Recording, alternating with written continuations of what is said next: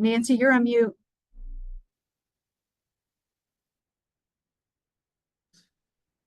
Yeah, when you put the banner up for it, it kind of went over my screen, so I couldn't take myself off mute.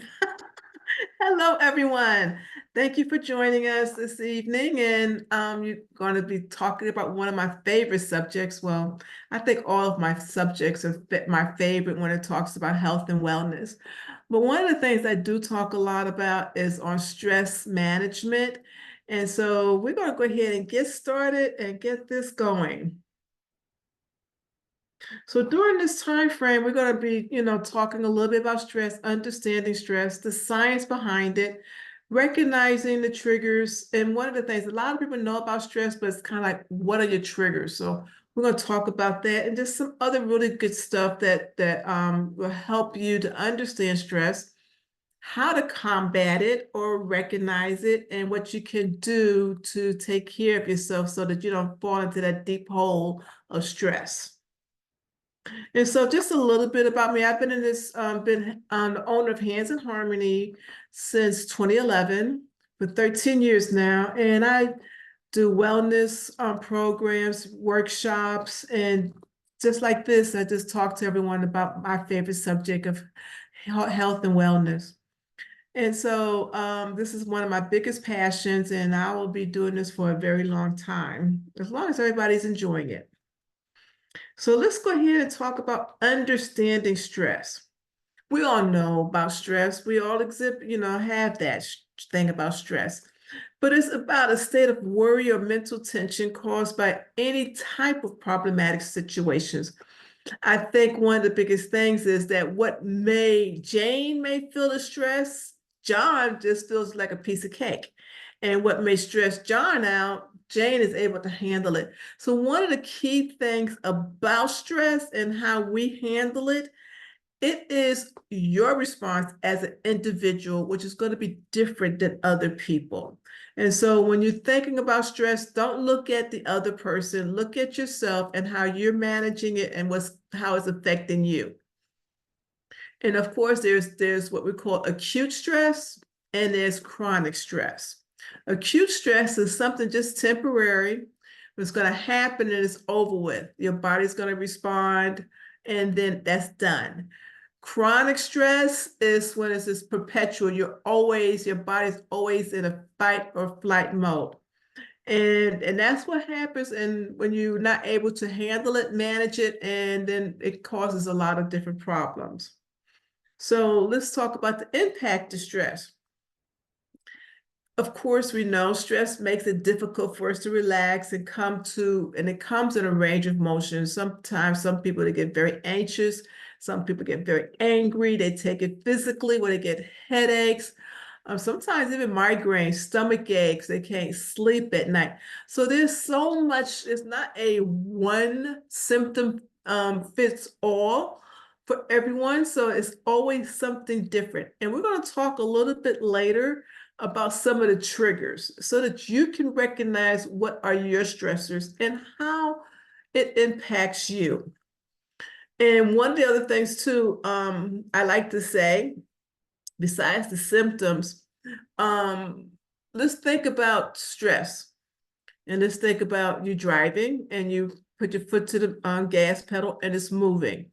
Now, when you're going through different traffic situations, you're gassed in a car, you maneuver through it and no problem. Let's think about the fact that putting your car again in a different situation where you have your foot on the on gas and it's not moving. You just keep pushing and pushing, the engine is rearing, everything is going on. And then you realize that you didn't take it out of park and put it into drive.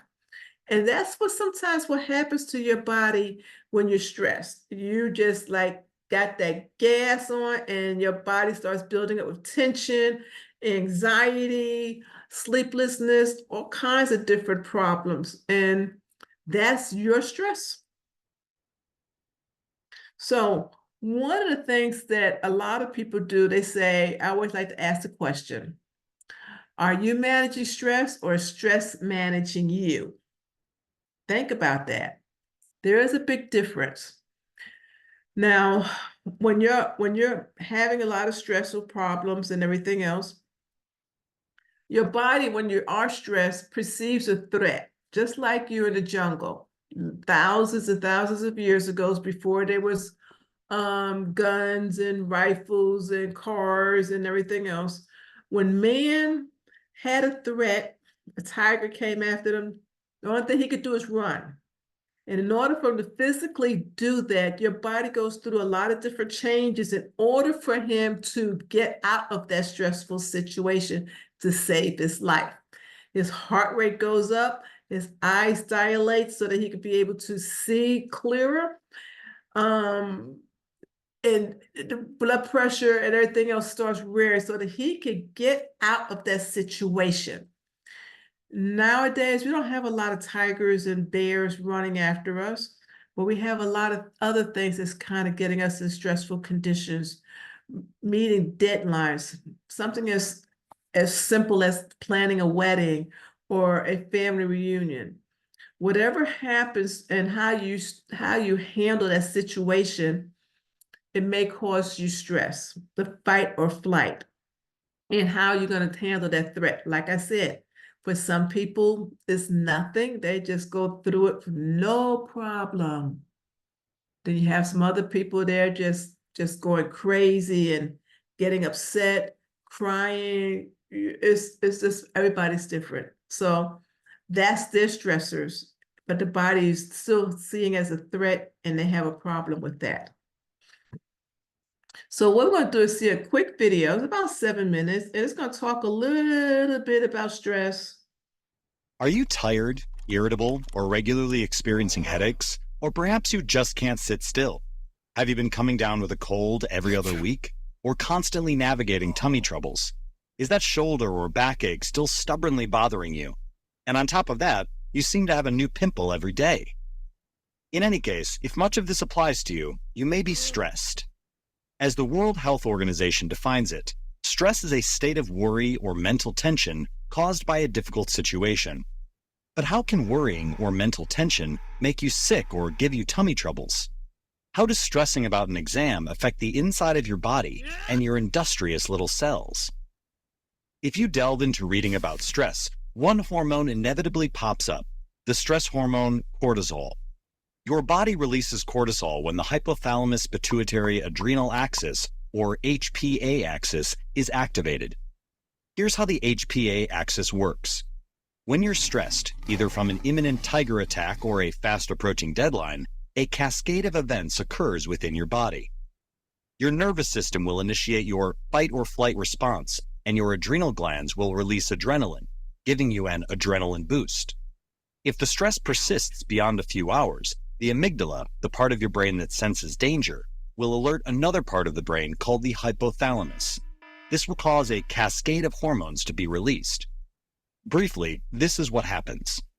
The hypothalamus releases a hormone that signals the pituitary gland, which is also in the brain, to release another hormone that travels via the bloodstream to the adrenal glands atop the kidneys, where it tells the glands to release cortisol into the blood. Cortisol is also released when you exercise too much or work too far beyond your capacity, such that your body or brain becomes stressed out. Cortisol and adrenaline together give rise to the feeling of stress and affect every organ. They increase blood pressure so that you get enough oxygen. Cortisol makes extra glucose and fats available to your body, especially your muscles and your brain, from which your cells can derive energy. With extra energy, you are able to submit your term paper before the deadline hits. For your body, illness is caused by stress, but can also be managed by the same system. Cortisol can boost the immune system in response to acute stress so that it can defend against a pathogen or aid in wound healing. It's important to remember that you do need cortisol to live a healthy life. The functioning of many organs, the brain, muscles, and immune cells, just to name a few, depend to some extent on cortisol. You need cortisol to stay active during the day. Its levels fluctuate throughout the day, higher in the morning, giving you a boost to wake up, and lower at night when it's time for bed. However, just like everything else in the universe, striking a balance is important. Momentary stress can be beneficial, giving you a boost to complete the task at hand. Even so, we all face some stressors that we simply can't avoid, and the stress persists. War, unemployment, poverty, debt, and grief. This is what many in the medical field call chronic stress. In such a case, the constant activation of your HPA axis and increased cortisol levels can disrupt the body's normal functioning. Sustained cortisol levels can hamper the way insulin works in the body.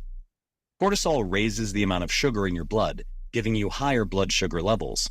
Insulin then decreases blood sugar levels by getting cells to store the glucose for later use. If cortisol-induced high blood sugar levels remain sustained for a long time, it can hamper how well insulin can do its job, and eventually throw off how your cells use sugars and fats. This can lead to type 2 diabetes. Cortisol could also be the reason you're gaining weight. There is evidence that chronic stress influences the way the body stores fat.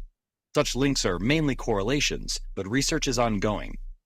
A large population-based study on 2,526 men and women measured hair cortisol levels and correlated it with instances of obesity. The study showed that chronic levels of stress were positively correlated with obesity. Another way cortisol might impact your weight is by influencing how you eat. Have you ever felt like downing a bucket of ice cream or devouring a full pizza after a long, hard day? Science calls this the comfort food hypothesis. First, cortisol controls insulin levels, which cause your blood sugar to drop. This makes you crave sweet or calorie-rich foods. Second, higher cortisol levels activate the amygdala, which makes you engage in pleasurable or compulsive activities. Binging on junk food is a common guilty pleasure for most people. Ultimately, the elevated cortisol drives these fat deposits to accumulate in the abdomen. So, the fat around your belly, also known as visceral fat, could be the result of excess stress, or cortisol, in your body. If you've ever gotten sick after a stressful exam week, you understand that cortisol affects the immune system. Over long periods of sustained stress, cortisol prevents certain immune cells from dividing so that they can tackle a pathogen, especially viruses. This is what may be leading to your cold.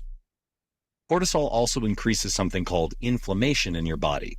Your tissues get red, swollen, and begin to hurt, like how wound tissue gets inflamed. This is a part of the immune system's defense. However, inflammation over long periods is bad. It prevents the body's cells from healing and regenerating. This causes a host of issues in the body, especially in your gut, the lining of which becomes inflamed, affecting how you digest your food. By extension, it also affects the health of your gut bacteria.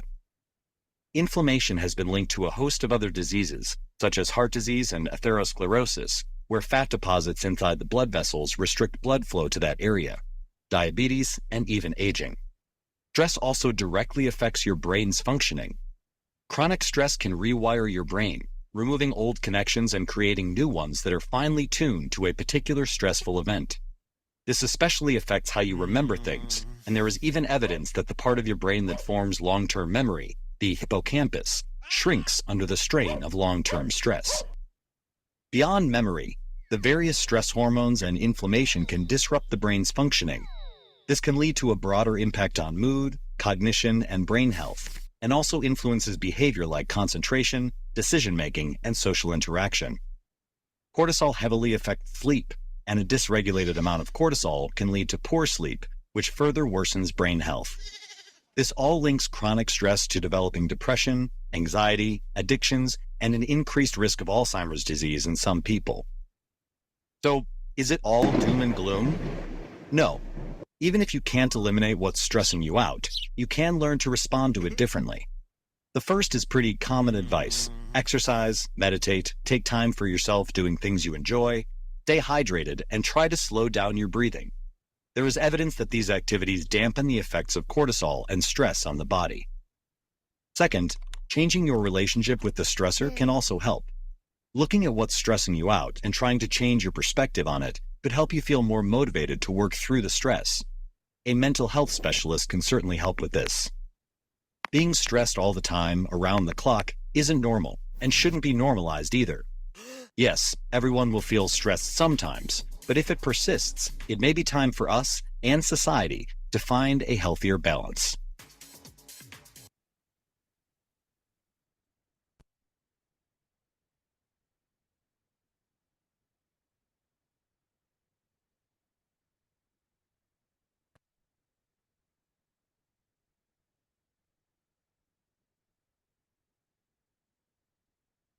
I really like this Are you presentation tired, irritable? because it explains a lot that a lot of people have a difficult time understanding stress. One of the things, especially with science, is showing a lot more about stress and the impact it has on our body than we have had known years ago. In the past, people just say, I'm stressed, deal with it. And you can't deal with it because we didn't understand the full impact. Even like they said, diabetes and some of the other health conditions that we always said, well, you got diabetes is because of the sugar. And it's not necessarily so. It is also a response of the body related to stress because it's producing so much cortisol, which cortisol in itself is a sugar. And now the body cannot break it down because insulin's been used so much in the past because you've been so stressed out that what happens, you can become diabetic. And there's also a lot of other autoimmune diseases too that they have found to be related to stress. So one of the things that we asked before, are you stressed? Are you managing your stress? Is just stress managing you? So one of the things we want to be able to do is recognizing your triggers. Because if you're in a stressful condition all the time, you really may not understand what's going on. And so being able to understand what's triggering you could go ahead and help you to combat it. So being able to answer some of these simple questions is, I become overwhelmed when?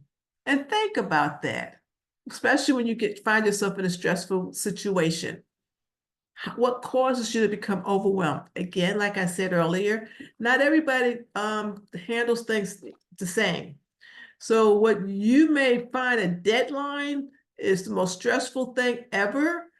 For me, I could do something the night before and I'm okay. But some people, they have to do it 2 weeks ahead of time. And if they don't get it done, then the night before, they're just totally stressed. So it's different for everybody. So if you could be able to answer these questions, I become overwhelmed when, and just fill it out for yourself. And when you're at work, I wish people would. I wish people would be more respectful of my time, respectful of my space.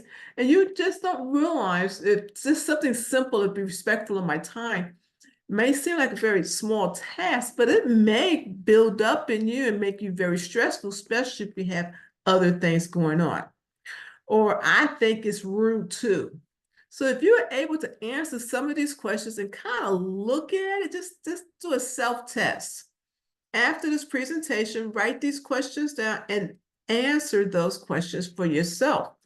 And I did give you, you have in the handouts a worksheets that you can go ahead and jot all of this information down and also to identify your triggers. So whenever you do that, when you're recognizing these things as stressing you, look at your symptoms. How is it making you feel? When the boss walks in, does your heart just starts racing and you're kind of like, oh my God, they're gonna come over here and say something bad. They're gonna tell me I'm doing something wrong, and you just kind of go all over the place. And that's what happens. So recognizing your symptoms, are you getting headaches? Just the thought of going to work the next day because you had to do a presentation, or if you're having a tightness in your chest. Our society nowadays, we're going so much on the go, go, go, go, go, that we're exhibiting a lot of symptoms, and we just say, oh, well, I just deal with it later. But you can't deal with it later. That's what we're going to talk about, dealing with it now. So what we want to do is dealing with it now. Let's manage your stress. So one of the things that we could talk about is micro breaks. And this is something that we're just now adapting here in the United States just recently within the last few years. And there's more studies about it and the benefits of it. But I would say over in Europe and other countries, they incorporate micro breaks within the work schedule religiously. And really, micro breaks is taking a short break that lasts maybe a few seconds to a few minutes. And you just, they recommend that you do it like every hour to every 90 minutes, just taking a short break. I used to talk to some of my clients and I'll ask them, how many times you go to the bathroom throughout the day of an 8-hour day? And I've had some people say they don't go to the bathroom at all until the time they get into work until the time they leave. I've also had some people say they do that because they don't like using public restrooms, whether or not it's at work or any place else. And I had to stress to them, that is not a very good thing to do because you need to take a break. And you also need to go ahead and relieve yourself and not hold that in because that can cause your body stress too as well. So when you're taking micro breaks, you're actually relieving yourself of sitting down in the same position. You're allowing your body to stretch, taking a walk around, changing your environment. And when you change your environment by doing different things, you are taking a mental break and you're also lowering your stress levels. In the packet, I also gave you some a coloring chart.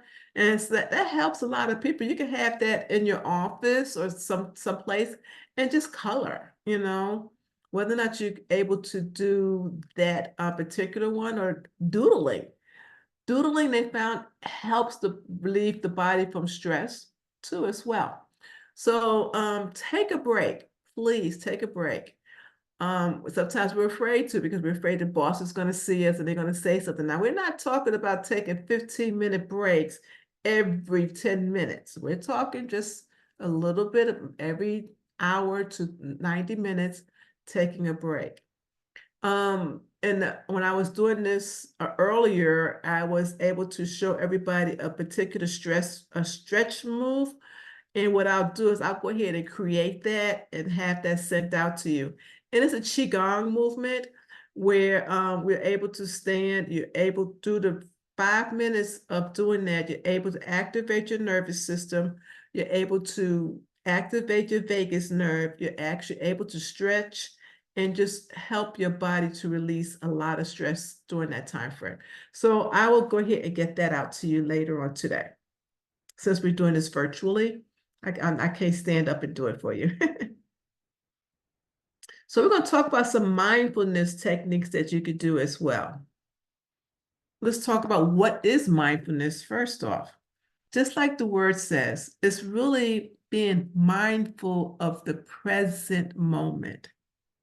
What is going on right now? How are you feeling right now? What are you aware of? And it's just really taking in, like they say, sometimes stop and smell the roses. And it's really just at that moment, just how everything is doing and really how are you reacting to certain things. And if you think about it, when you do engage in that, you're becoming more aware of your surroundings. You're also becoming more aware of you and how you react to certain things.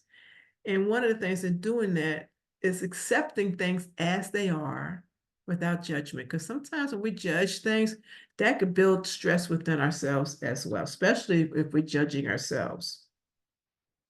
Here are some different things that you can do. Pay attention. Okay, something very simple. Pay attention. Pay attention to your surroundings. If there's something that's going on, pay attention to how are you feeling? How is that? How are you reacting to it? Because if you don't know what's going on and how you're reacting to certain situations, how can you correct it? How can you know to stop or, not to avoid, but how you can respond differently to certain things? So pay attention. Live in the moment. How many of you, not unless we're in the Star Trek arena right now, we're not able to warp back and forth in time, but how many of you could go back and change something? You cannot. How many of you could go ahead and change a situation that hasn't even happened in the future? You cannot. So living in the moment is very key because what you can change is what's happening right now, not what has already happened and what you perceive to happen that may not even happen. Accept yourself. We are all flawed human beings. Sometimes we wish that we was 100% with superhumans. And sometimes we have friends, family, co-workers, managers who makes us feel that we're superhumans, but we're not. Accept what you can and what you cannot do. And once you accept that, then you're not going to try to stress yourself to being able to do something that you're not able to do. Focus on your breathing. Think about it. How many of you have been in a situation and then all of a sudden you just took a deep breath inhale? You just, do you know that is your body telling you, please take a breath? Because a lot of times when we're in stressful conditions or something's bothering us, we stop breathing. We actually stop breathing. We're holding our breath.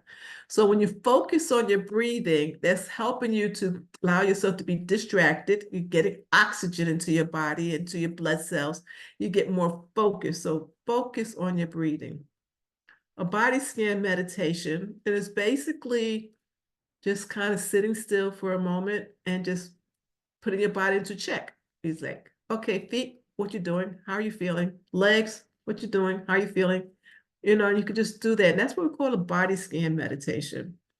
You could do a sitting meditation. A lot of people feel you have to be doing something. You have to do this, you have to do that. You could just sit still, do some breathing. You don't even have to have music. You can have music if you want. You don't have to have music. You could be reading something or something. You don't have to. You can just sit and allow your body to relax. And it's also walking meditation too as well. Now, walking meditation means walking with your eyes fully open and engaging to your surroundings, but you're not allowing situations to distract you, to make you feel uncomfortable. So some other techniques that you could do to help reduce your stress: keep a daily routine. Sometimes people don't want to go ahead and keep doing the same thing over and over and over again. If you keep yourself up with a certain routine, that can keep you from avoiding missing deadlines. It can avoid you from being distracted. And it just allows you to get things more in order, especially if you find yourself, after you find yourself going through what's your triggers.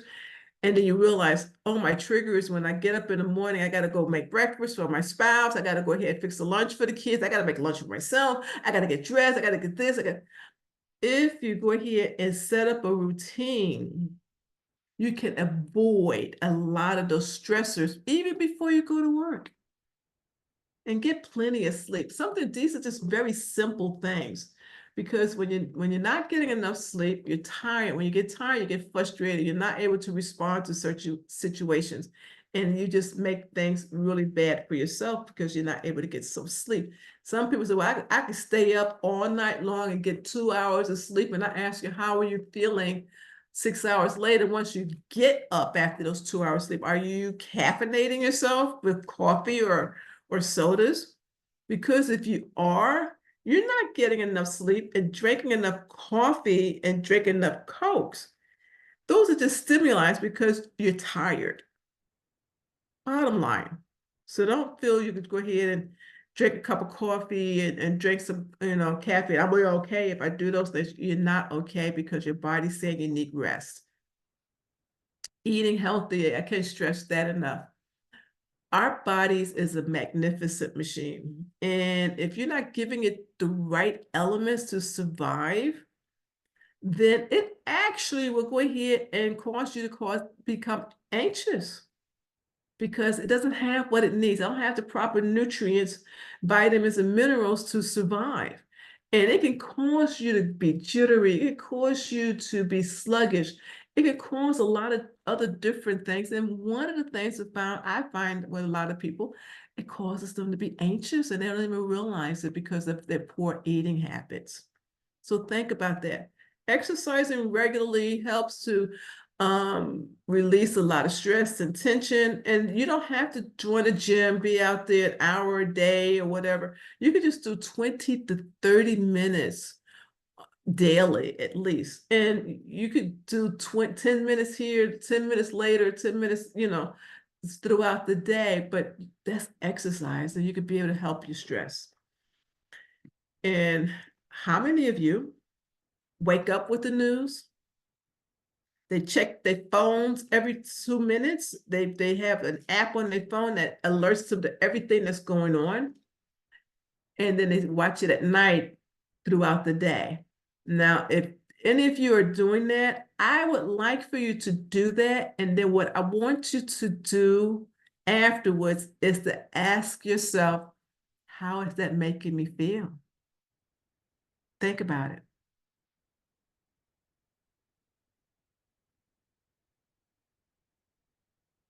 And one of the things in doing that, when you want to help your stress, develop a plan.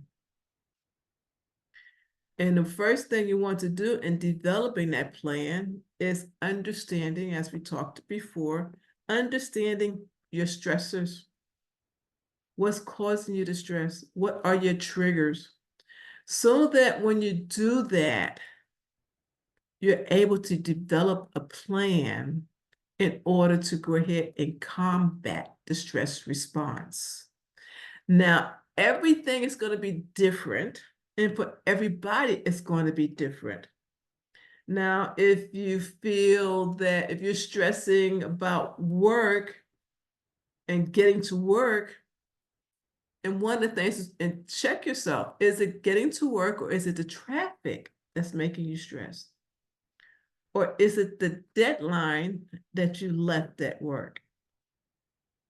And if you've answered questions, any of those questions with a certain response, then make a plan to keep that from happening. And of course, in the handouts you receive, you're able to go ahead and identify what causes you to be anxious. It also helps you identify your triggers, and then you could develop a plan on how to correct that. Whether or not it's exercising, just sitting out in nature. I just recently had built a garden in my front in my backyard. And so what I do first thing in the morning, I sit out there and I walk around, I talk to my flowers and see how they're doing. It might seem kind of crazy, but I do. And then I go in the back and then I sit and I listen to the birds and watch the butterflies. Now, some of you may not have that type of luxury to do that, but you do have the luxury of finding out what you can do for you. Spa time. A lot of people, they just say spa time. I can't do this because I can't afford it. You could do a quick, go someplace and do a quick 10-minute spa day, or save your money to where you can do that for yourself. Pick up a hobby. Music. On YouTube, you could go ahead and they have lots of different apps on there that you can listen to different types of music. Find the music that makes you feel calm and relaxed.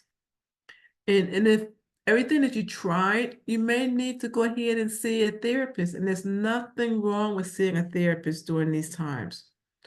It's somebody to talk to help you sort through this situation. So there's different things for everybody. And I have given you the tools in order to help develop a plan and to recognize those things. One of the other things I did also put in there is a gratitude journal. It has been found that when you think about something that you're grateful for, it minimizes your stress response. Because now, instead of looking at everything in a very negative way or in a very harsh way, you kind of see something that's being positive and that you're grateful for. And at the same time, in doing that, you're also lowering your blood pressure. People have been found to lower their blood pressure, lower their breathing, because now they're seeing something that they're grateful for and that makes them feel a lot happier. I suggested to a group, I actually created it for them, and I called it a gratitude jar. And I got a nice large mason jar, and I gave them a pen and some stickies. And I said, each day or even just anytime you think about it, but make sure you do it each day. Write down what you're grateful for. And each day, just write something, just write something. And then when those days come, when you might be feeling stressed and overwhelmed and you tried everything else and you can't think of anything, go into your gratitude jar and pull something out and read it. That can help you a lot. So we're going to get ready to start a meditation. So what I would like for you to do, if you're at home, you could lay in a very comfortable position on your back with your legs propped up, your head being supported, or if you're sitting down, I would like for you to uncross your feet and your legs, place your feet on the ground, place your hands in your lap.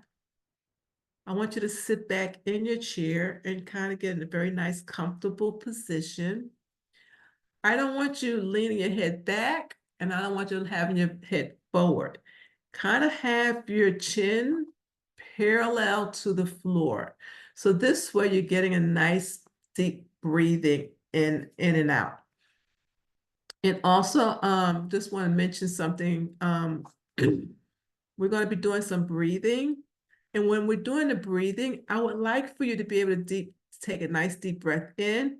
And as you're doing it, I want you to really try to vibrate the sides of your throat. Like,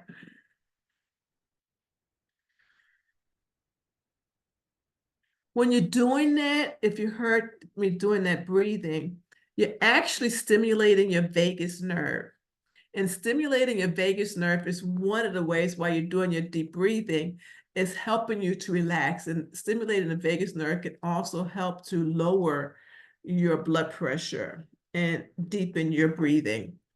And then when you're doing your breathing, if you don't know how to do a deep breath very well, I would suggest that you put your hand on your abdomen. And when you're breathing, I want you to feel your abdomen expanding, like we call it Buddha belly, and make your belly stretch out.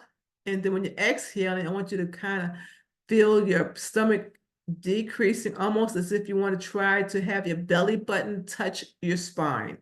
So if you could do that kind of deep breathing, that's going to be even better for you because, again, the vagus nerve is being stimulated as you're breathing deeply as your diaphragm is moving up and down. And also by doing that, you're actually getting more oxygen into the lower lobes of your lungs. So let's get started.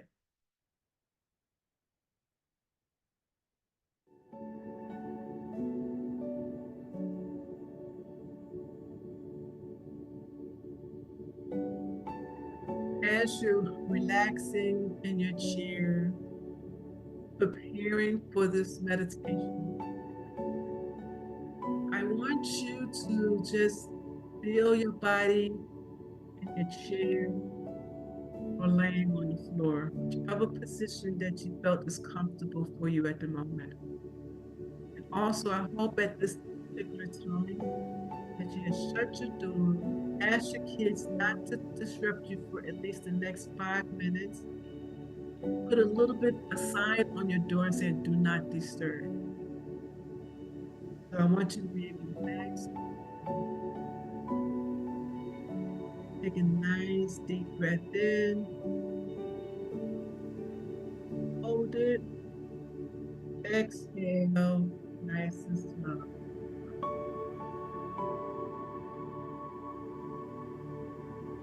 Inhale, nice and deep.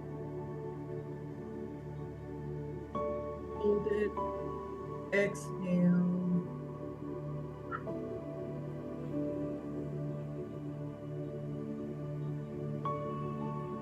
Another cleansing breath. Inhale, nice and deep through your nose. Hold it. Exhale.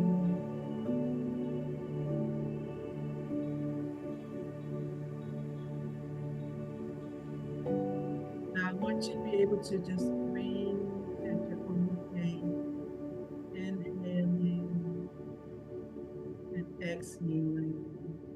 Nice If you're able to feel your belly expanding, if it's difficult for you at this moment in time, that's okay. Don't worry about it. Just place your hands on your lap, inhaling and exhaling.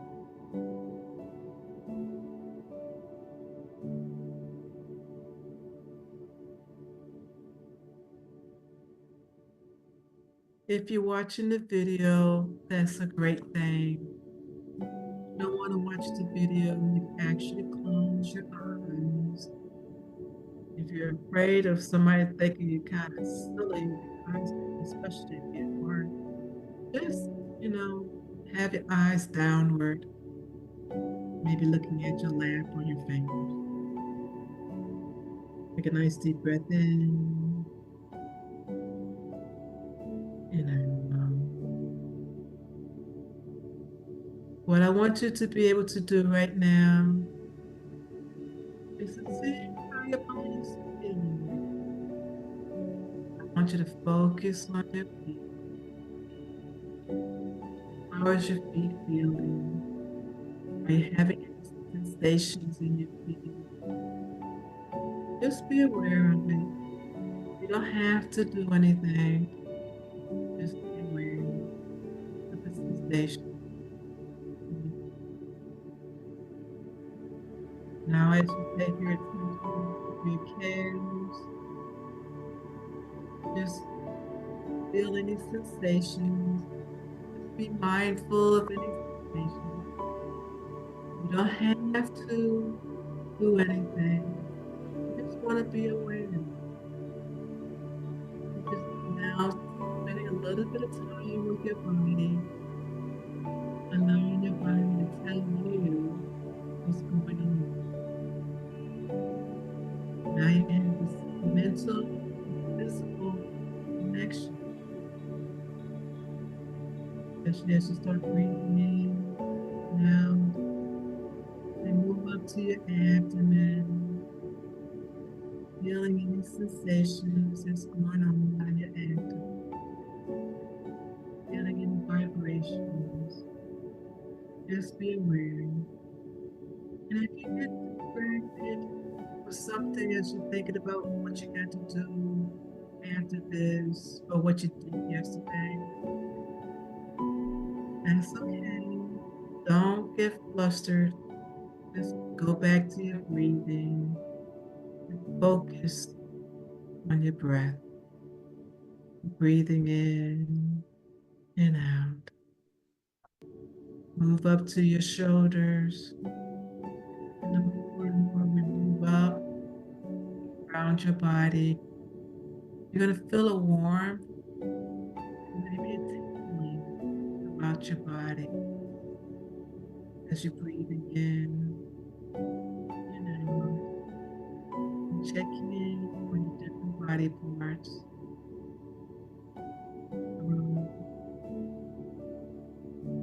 Your shoulders, arms,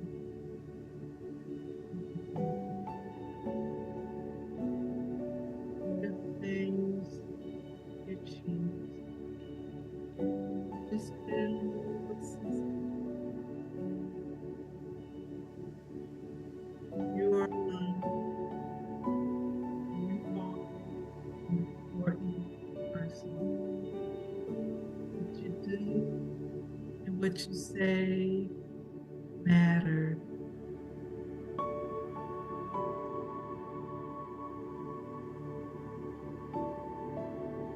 Come to yourself. Love on yourself. You are a special person. You are fully capable.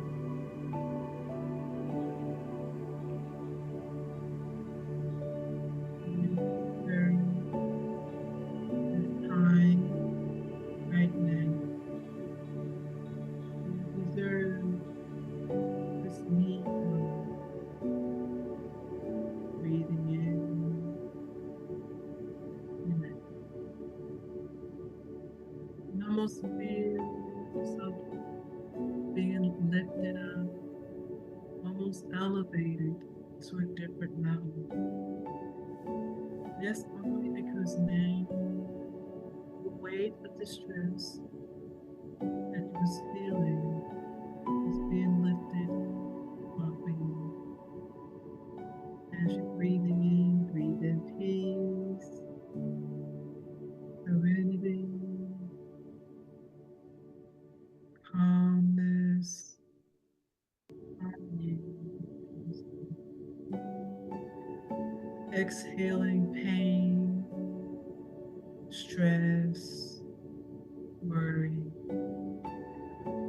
Take a nice deep breath in and out.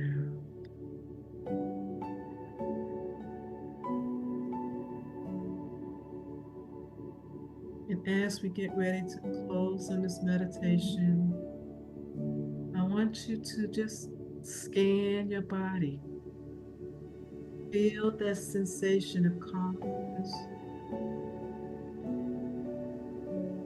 vibrations, and energy, and hold on to that feeling. That's what you want to continue feeling or try to achieve whenever you're feeling stressed. Just go back to this moment and enjoy it. Now you can start wiggling your toes, wiggle your fingers, and when you're ready, just open your eyes. Thank you, and I hope you found your peaceful place.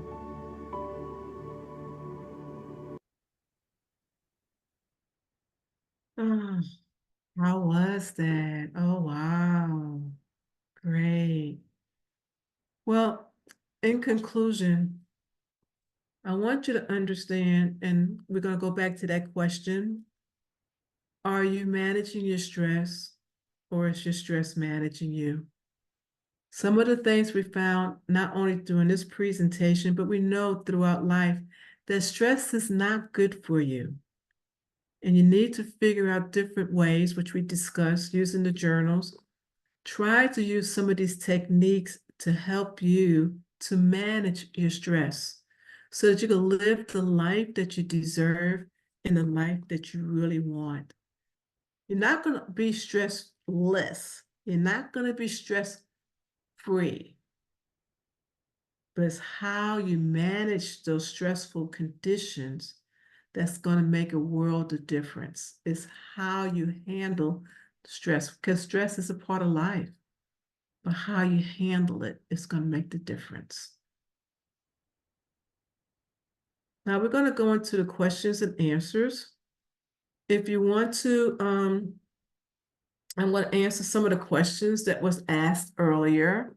And one of them was, does medication relieve stress? Medication does not relieve stress. Medication is able to help you relieve some of the effects or symptoms of your stress, whether or not it's anxiety, high blood pressure, irritable bowel syndromes. Medications can help with that. But if you want to try medications, and that's good for you, because if you tried other different techniques, if you tried the techniques that we discussed here, and you find it just does not work, you may need to take some medications to help you and to get you over the hurdle, especially if you've experienced something very traumatic. If you experienced something traumatic in your life, and then on top of that, you had other things going on in your life, and it just compounded one thing after the other. And these techniques may not help you right away. So medications may help you to kind of get you over the hump until you're able to take control by doing some of the techniques that we discussed today. And somebody asked, manage stress of all the work that they have. Now that is a question that is kind of like, okay, Is it because you did not set up a plan or a schedule or a certain routine? Is it because your boss is continuously asking you to do last minute, short term, short projects that takes a lot of work? One of the things that you can do when you do find those situations occurring is to talk with your manager and your boss and not, go in there very angrily, but just explain to them that that there's some, you're trying to do the best work that you can and that you may need a little bit of help, or if you could get an extension or a deadline. But don't let that extension be on a deadline because you failed to plan. So, and especially if you have coworkers who's always, I would like to say, maybe you could put it your own way, dumping on you and asking you to do something for them to help them with a project when you already got a lot of projects yourself. Saying no to them very graciously is saying yes to yourself. Saying, yes, I need to do something else. So there's nothing wrong with that. And the other question is, what are some excellent ways to master stress when work is over? Well, if you're at work, you can kind of mentally say, when I'm packing my bags, I am going to stop work when I leave my desk. I am not going to go and read any emails. And sometimes you may, in some companies, they're the boss, they have this relationship where they say no phone calls, no emails after a certain time. And you may want to go ahead and talk to your manager. And because now that we have cell phones, it's like we want to be on speed dial all the time. Now that we have emails, we want to be able to send a person an email and get a response like right away. And I remember when I was first in the military back in 77, and we didn't have all of that. So if it could not wait till the next morning, it just didn't get done. So you may have to try that. And the other thing is too, when you're looking at, if you're working from home, make sure you take micro breaks so that you don't have to go ahead and be stressed afterwards. And if you have an office where you have a door, you could just pretend it's like you at an actual physical workplace. And after 5 o'clock, if that's your work hour, shut the door and say, office hours is closed, 9 to 5, whatever your times are. I use the analogy, now when you go to a bank and the bank is closed at 6 o'clock, are you going to go at 6:30 and ask them to go ahead and do a deposit for you? They're going to look at you and say, no, ma'am. Office hours is closed. Do the same thing. And then also at the same time, plan activities that will go ahead and have you do something else besides thinking about work. Spend time with the family. You have control, and just do something. We talked about different techniques. You have the different types of the handouts. Kind of work on the plan so that when you get home, don't think about it. You could try at night and on the weekends when you do find yourself overburdened, what's going on at work and everything, do a meditation walk. Go ahead and do some breathing. So whenever you think about what's going on at work or what you didn't do, what you need to do, or what you didn't do, you can't undo, breathe. Are there any other questions anybody wants to go ahead and bring up? And this If is you have any just questions, you can take yourself off of mute to ask the questions, or you can put it in the chat. I just want to say, just to affirm, I